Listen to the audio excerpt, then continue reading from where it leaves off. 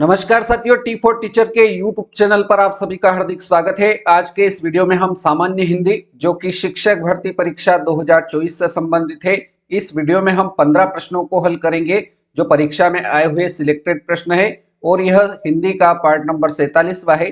तो चलिए बिना किसी देरी के आज के इस वीडियो को शुरू करते हैं। आपसे रिक्वेस्ट है कि वीडियो को पूरा देखिए। वीडियो पसंद आता है तो अपने वीडियो को लाइक करना है, अपने बाकी साथियों तक इस वीडियो को ज्यादा से ज्यादा शेयर कर देना है और चैनल पर नए हो तो चैनल को सब्सक्राइब कर लेना है ताकि नए वीडियो आपको मिल सके और आप अच्छी तैयारी करके अपना सिलेक्शन कंप्लीट कर सके। चलिए आज के इस वीडियो के पहले प्रश्न की ओर बढ़ते हैं। पहला प्रश्न आज का है, निरोग शब्द में कौन सा उपसर्ग है? निरोग शब्द में उपसर्ग बताना है। नी उपसर्ग है, नीर है, नी है या फिर निस है। तो निरोग शब्द में जो उपसर्ग होगा साथियों, उपसर्ग क्या होता है? जो शब्द के आगे लगता है उसको उपसर्ग कहा जाता है। तो हमारे पास जो निरोग शब्द है इसमें नि उपसर्ग लगा हुआ है, इसलिए ऑप्शन ए जो रहेगा वो हमारा करेक्ट आंसर हो जाएगा।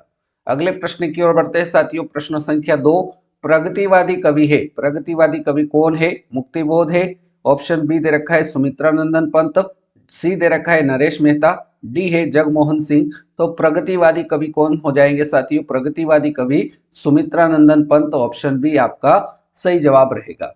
चलिए आगे बढ़ते हैं साथियों प्रश्न संख्या 3 की ओर। प्रश्न संख्या 3 है, सर्वाधिक लोकप्रिय महाकाव्य कौन सा है? सर्वाधिक लोकप्रिय महाकाव्य कौन सा है? कामायनी है, साकेत है, लोकायतन है या रामचरितमानस है?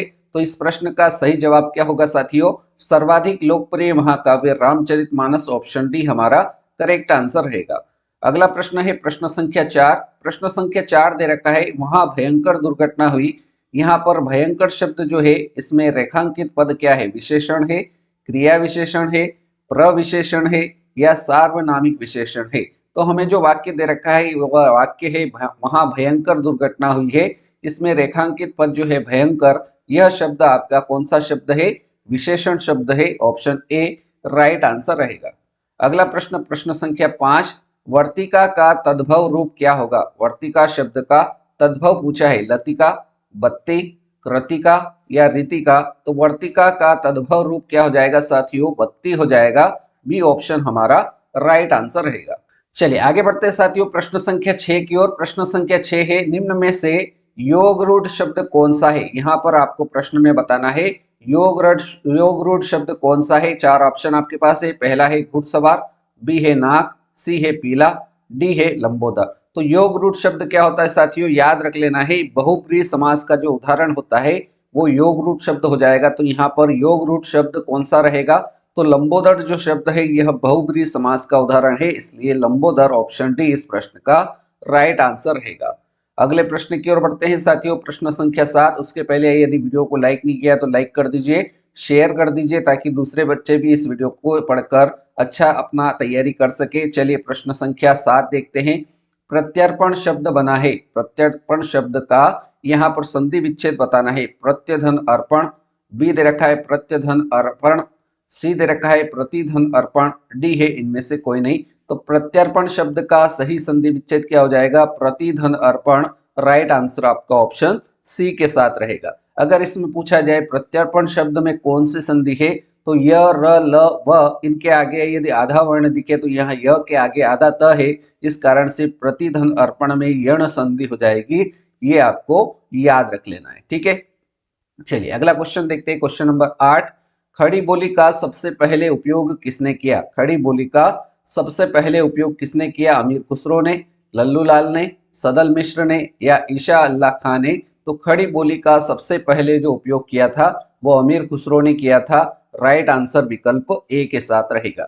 अगला प्रश्न है प्रश्न संख्या 9। जब किसी व्यक्ति के द्वारा किसी दूसरे से कार्य करवाया जाए तो वहां कौन सी क्रिया कहलाती है? प्रश्न दे रखा है, जब किसी व्यक्ति के द्वारा किसी दूसरे से कार्य करवाया जाए, मतलब कार्य स्वयं न करते हुए कार्य को दूसरा व्यक्ति अगर कोई करता है तब वहां पर कौन सी क्रिया कहलाती है? सकर्मक क्रिया कहलाती है, अकर्मक क्रिया कहलाती है, प्रेरणार्थक क्रिया या संयुक्त क्रिया? तो याद रखना है साथियों, जब कोई कार्य स्वयं न करते हुए दूसरे से करवाता है तो वहां पर प्रेरणार्थक क्रिया होगी। विकल्प सी हमारा सही उत्तर रहेगा। चलिए आगे बढ़ते हैं साथियों प्रश्न संख्या 10 की ओर। प्रश्न संख्या 10 है, आवरण शब्द का विलोम शब्द है। आवरण शब्द का यहाँ पर आपको विलोम शब्द बताना है। अनावरण होगा, आचरण होगा, सुवर्ण होगा या अवज्ञा होगा। तो आवरण शब्द का विलोम शब्द क्या हो जाएगा साथियों? अनावरण हो जाएगा। विकल्प ए इस प्रश्न का सही उत्तर रहेगा। अगला प्रश्न है प्रश्न संख्या 11। हंस पत्रिका के संस्थापक संपादक थे। हंस पत्रिका के संस्थापक संपादक कौन थे? निराला है, प्रेमचंद्र, धर्मवीर भारती या अज्ञे। तो याद रखना है साथियों, हंस पत्रिका के संस्थापक संपादक जो है वो प्रेमचंद्र है। ऑप्शन बी हमारा सही जवाब हो जाएगा। अगले प्रश्न की ओर बढ़ते हैं। प्रश्न संख्या 12। इसमें दे रखा है निम्न में से कौन सा शब्द पुल्लिंग है? यहाँ पर आपको पुल्लिंग शब्द बताना है। पहला है आय, तो आय होती है, इस कारण से यह शब्द आपका स्त्रीलिंग शब्द हो जाएगा। बी है लहर, लहर होती है, इसलिए यह शब्द भी आपका स्त्रीलिंग होगा। नहर यह भी होती है, इस कारण से यह शब्द भी आपका स्त्रीलिंग हो जाएगा। मंगल यह शब्द आपका पुल्लिंग शब्द हो जाएगा। इसलिए प्रश्न संख्या 12 का करेक्ट आंसर जो रहेगा वो ऑप्शन डी सही उत्तर हो जाएगा। अगले प्रश्न की ओर बढ़ते हैं। प्रश्न संख्या 13। गीतांजलि किसकी अमर कृति है? गीतांजलि अमर कृति किसकी है? अमृता प्रीतम की है, अज्ञेय की है, रविंद्रनाथ टैगोर की है या फिर सुमित्रानंदन पंत की है। तो साथियों इस प्रश्न का जवाब आप सभी को पता है। गीतांजलि किसकी अमर कृति है? तो यह रविंद्रनाथ टैगोर की अमर कृति है। ऑप्शन सी हमारा राइट आंसर रहेगा। अगला प्रश्न है प्रश्न संख्या 14। जिसका पति परदेश से लौटा है, जिसका पति परदेश से लौटा है उसके लिए एक शब्द क्या होगा? आतिथेय होगा, आजीवन, आत्मघाती या आगत पति का। तो जिसका पति परदेश से लौटा है उसके लिए एक शब्द आगत पति का। ऑप्शन डी हमारा सही जवाब हो जाएगा। और साथियों अब बारी है आज के इस वीडियो के अंतिम प्रश्न, प्रश्न संख्या 15। हथेली पर सरसों नहीं जमती, हथेली पर सरसों नहीं जमती इस कहावत का सही अर्थ है। हथेली पर सरसों नहीं जमती इस कहावत का अर्थ बताना है। असंभव कार्य की आशा करना, हर काम अपने समय से पूरा होता है, शीघ्रता से काम निपटाना, डी है किसी भी तरह से अपना काम बनाना। तो हथेली पर सरसों नहीं जमती इस कहावत का अर्थ क्या हो जाएगा? हर काम अपने समय से पूरा होता है, इसलिए विकल्प भी हमारा राइट आंसर रहेगा।